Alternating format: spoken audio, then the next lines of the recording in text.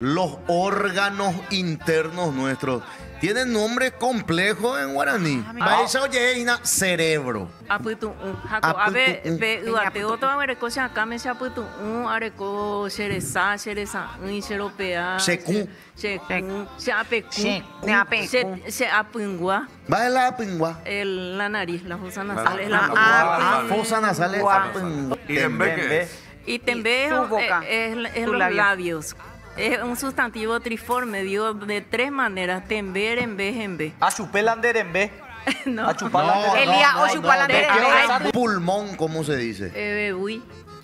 ¿Viste? Imagínate. Ay, juez. Imagínate. Bebuy es el páncreas. Lo que pasa es que, profe, O sea que como nos venden las menudencias en guaraní, el churero a veces te dice peterebu o Peterebu, Peterebu es árbol. y bueno, el pitiquini y el riñón.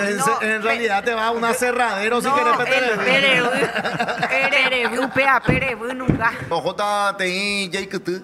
Ñaikutita se puede te miro jotaro yuye. Ñaikutita sapu aitemi. oyero.